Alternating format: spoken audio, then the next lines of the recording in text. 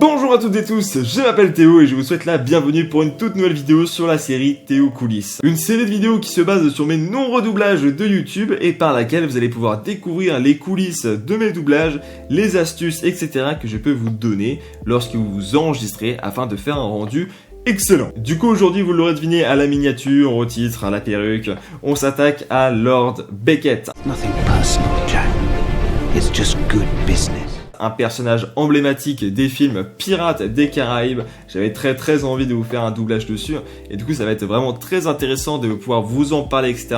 parce que c'est très loin d'être un personnage facile, vraiment très loin, et j'ai très hâte qu'on s'y intéresse et qu'on essaie de faire le meilleur rendu possible. Voilà pour l'introduction, on va pas perdre plus de temps, on se lance tout de suite dans le concret, vous connaissez le schéma. On va faire tout de suite un format de doublage, puis après analyse, puis après redoublage, etc. Nanana. Bref, on y va, let's go, moteur, action. Gouverneur Weatherby Swan, j'ai trouvé le temps long. Cutler Beckett? Je suis Lord, désormais. Pour arrêter cet homme! C'est bien ce qui vous trompe. Monsieur Mercer,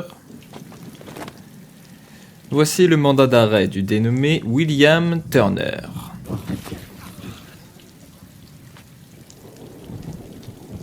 Ce mandat est au nom d'Elizabeth Swan. Oh vraiment, c'est ennuyeux, j'ai dû me fourvoyer. Arrêtez là. De quoi suis-je accusé? Non! J'ai ici celui de William Turner. Et j'en ai un autre pour un certain monsieur James Norrington. Est-il présent? De quoi est-il accusé? Il y a des mois que le commodore Norrington a démissionné de ses fonctions. Je ne pense pas que cela réponde à la question que j'ai posée. Bon et bien du coup, première mise en bouche de cette vidéo doublage de Lord Beckett, les amis. Alors, ça a été vraiment intéressant, je vais pouvoir tout de suite vous faire un compte-rendu de ce qui a été bien et ce qui a été mauvais.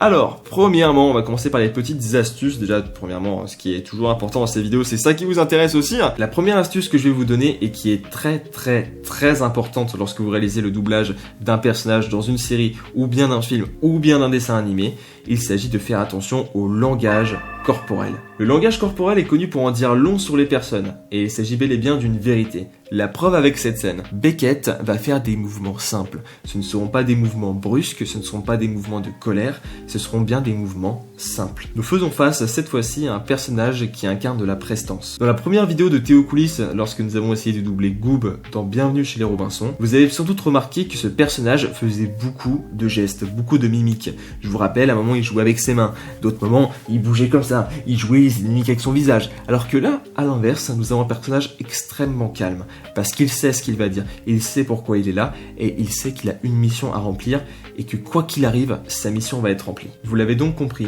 sans même parler de doublage, sans même parler de voix, ce personnage en dit déjà très long sur lui, simplement par le geste corporel. Et ça, je vous l'ai dit, il s'agit d'une chose très importante dans le doublage, car si vous voulez réaliser un bon doublage, ce qui est important, c'est que sur le personnage que vous essayez d'interpréter, il faut un minimum connaître son caractère ou au moins son background. Parce que si vous essayez de doubler un personnage de manière gentille ou de manière empathique, alors qu'en fait tout dans sa manière corporelle ou bien même dans son caractère fait qu'il n'est pas censé être empathique, et ben votre doublage va être nul à chier. Oui voilà, les mots sont directs mais c'est la vérité. Bref, voilà pour cette première astuce. Maintenant on s'attaque enfin à cette analyse, mesdames et messieurs. C'est parti, let's go. La première chose à dire, c'est que sur ce premier échantillon, nous avons bien compris l'essence du personnage.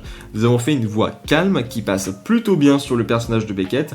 On va essayer de la garder sur les prochains échantillons. Mais ce qui est important à noter, c'est que cette voix, elle est très dure à tenir. À certains moments, notre voix a quelque peu craquelé, comme à ce moment-là. Voici le mandat d'arrêt. Vous avez entendu? Le voici. Je sais pas si vous l'avez bien capté, là je l'ai un peu exagéré, mais en gros, c'est l'impression que ça a donné. Alors peut-être que pour certains vous allez trouver que je fais ça de manière un peu trop grosse, etc. Mais en réalité c'est là où c'est vraiment important ce que je vous ai dit dans la première vidéo, l'autocritique. Faites attention à ne pas trop en demander ou être trop léger. Si vous trouvez que là j'ai été chercher ça de manière trop loin, que c'est abusé, bah c'est que vous êtes trop léger sur votre autocritique. Donc attention, on vise toujours à avoir un doublage très bon et à avoir une voix qui est parfaite sur toute la ligne. Voilà, faut pas perdre le ton qu'on a. Important. Deuxième point à noter. Au même moment, vous pouvez voir à l'écran que Beckett est distrait par le mandat d'arrêt du dénommé William Turner.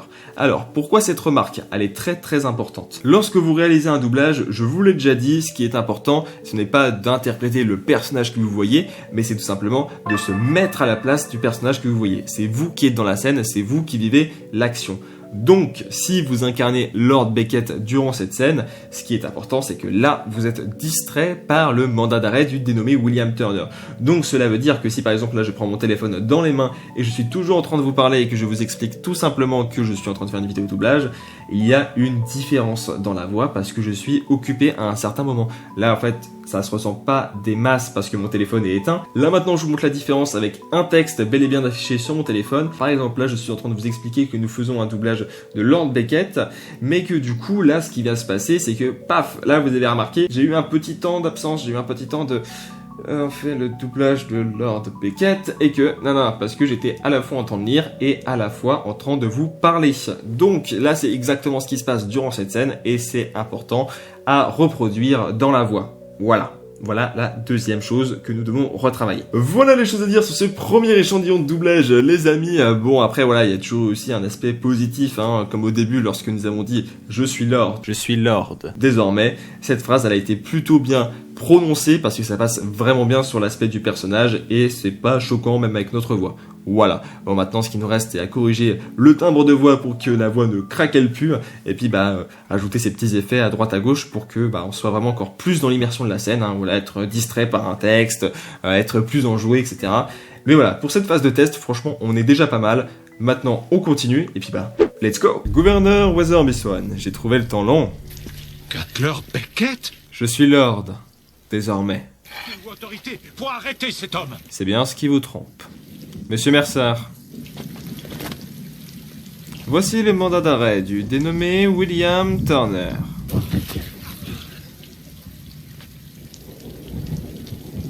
Ce mandat est au nom d'Elizabeth Swan. Oh, vraiment? C'est ennuyeux, j'ai dû me fourvoyer. Arrêtez là. De quoi suis-je accusé? Non! Ah ah! J'ai ici celui de William Turner. Et j'en ai un autre pour un certain monsieur James Norrington. Est-il présent? De quoi est-il accusé? Il y a des mois que le commodore Norrington a démissionné de ses fonctions. Je ne pense pas que cela réponde à la question que j'ai posée. Bien les amis, nous voici à notre deuxième analyse. Bon, vous l'aurez entendu, ce deuxième échantillon est quand même beaucoup mieux que le premier.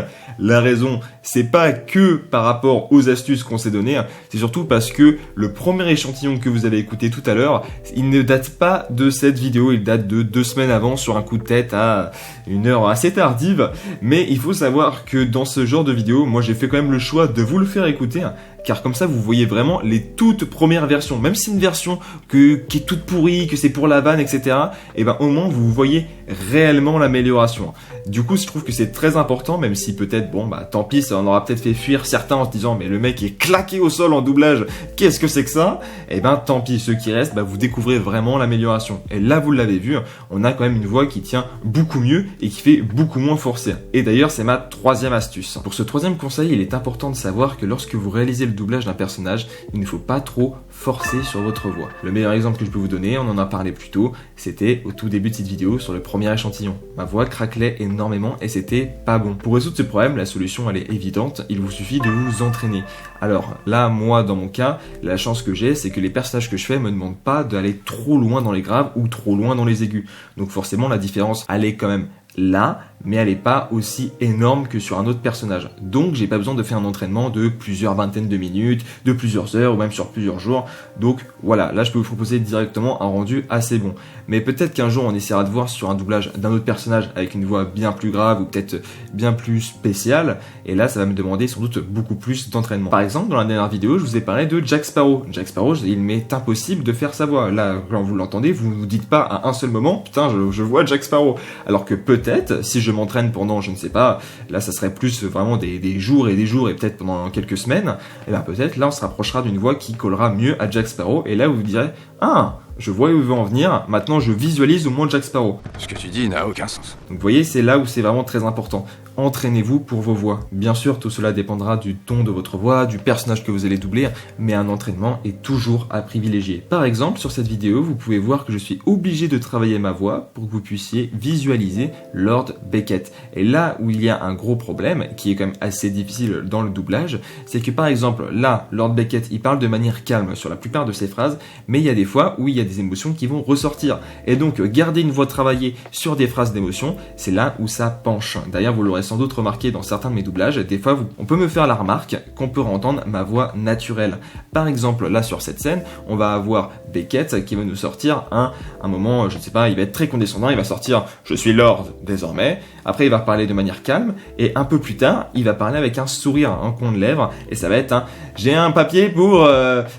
commandant Norrington. Norrington, est-il présent ?» Et voilà, là, il faut le dire avec une voix qui sourit un peu plus, et garder votre voix travaillée sur un moment où votre personnage va sourire, où il va être en colère, etc., c'est là où est la difficulté. Et c'est de là où l'entraînement est quand même extrêmement nécessaire. Bon, du coup, on passe enfin à l'analyse de cet échantillon de doublage, les amis. Bon, si je vous ai fait tout ce topo juste avant, c'est parce qu'on se rapproche de la fin de cette vidéo et que j'ai plus grand chose à vous dire sur mes doublages, parce que là, on s'est quand même beaucoup amélioré, et là, les 2-3 petits trucs qu'on va pouvoir noter, eh ben, ça va être corrigé sur le doublage final, et vous allez pouvoir voir la différence. Voilà, il n'y aura pas grand chose, à part juste faire 1 milliard de tests et redire les mêmes choses.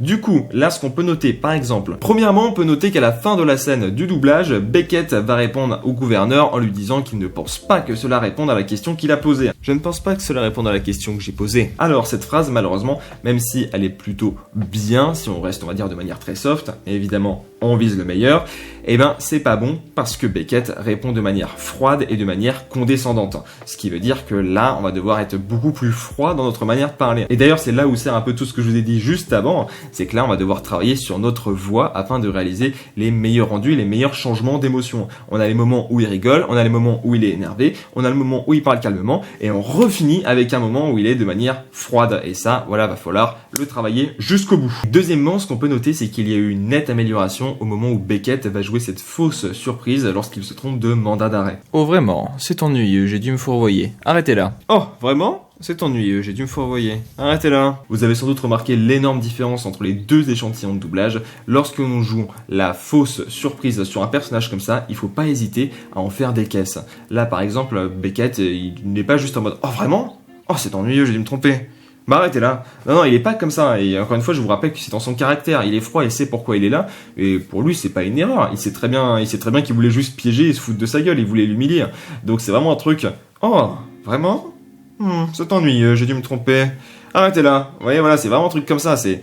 Il y va jusqu'au bout. Et donc ça, c'est important, c'est comme ce que je vous ai dit, et on finit la boucle, c'est qu'il faut savoir le caractère de votre personnage, sinon vous allez rater votre doublage. Bon, en tout cas, voilà, je pense que je vous ai tout dit au niveau des coulisses de ce doublage. Par contre, ce que je peux vous rajouter, ce qui est quand même très important, pour ceux qui me connaissent, vous avez sans doute déjà dû remarquer que sur ma chaîne, lorsque je fais mon doublage du lundi et du mardi, des fois, c'est sur le même personnage, comme on a pu le faire avec Lucifer, comme là, on va pouvoir le faire avec Lord Beckett, et comme on a pu le faire avec d'autres personnages.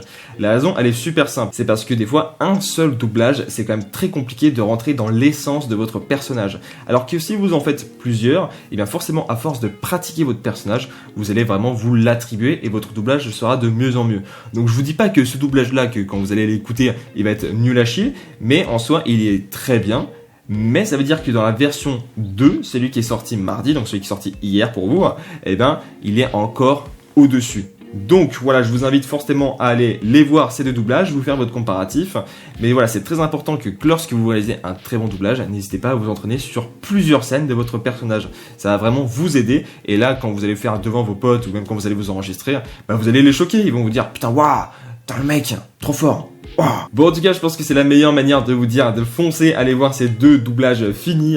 Et puis moi, je vais vous laisser là pour cette vidéo de Théo Coulisses. J'espère qu'elle vous aura plu. N'hésitez pas à me faire vos retours si vous voulez plus d'informations, si vous voulez voir des personnages en particulier, que ce soit des méchants, que ce soit des gentils, que ce soit de tout. Vraiment, n'hésitez surtout pas. Moi, je prends les requêtes. Moi, je suis là pour vous aider. Je vous invite à lâcher un like si cette vidéo vous a plu et à vous abonner si vous voulez voir d'autres de mes vidéos. On se retrouve ce week-end pour du gaming. Et puis, bah, forcément, lundi, mardi, les doublages et les mercredis, Théo Coulisses. Moi je vous dis à très bientôt, on se retrouve très vite, et puis sur ce, ciao tout le monde, prenez soin de vous.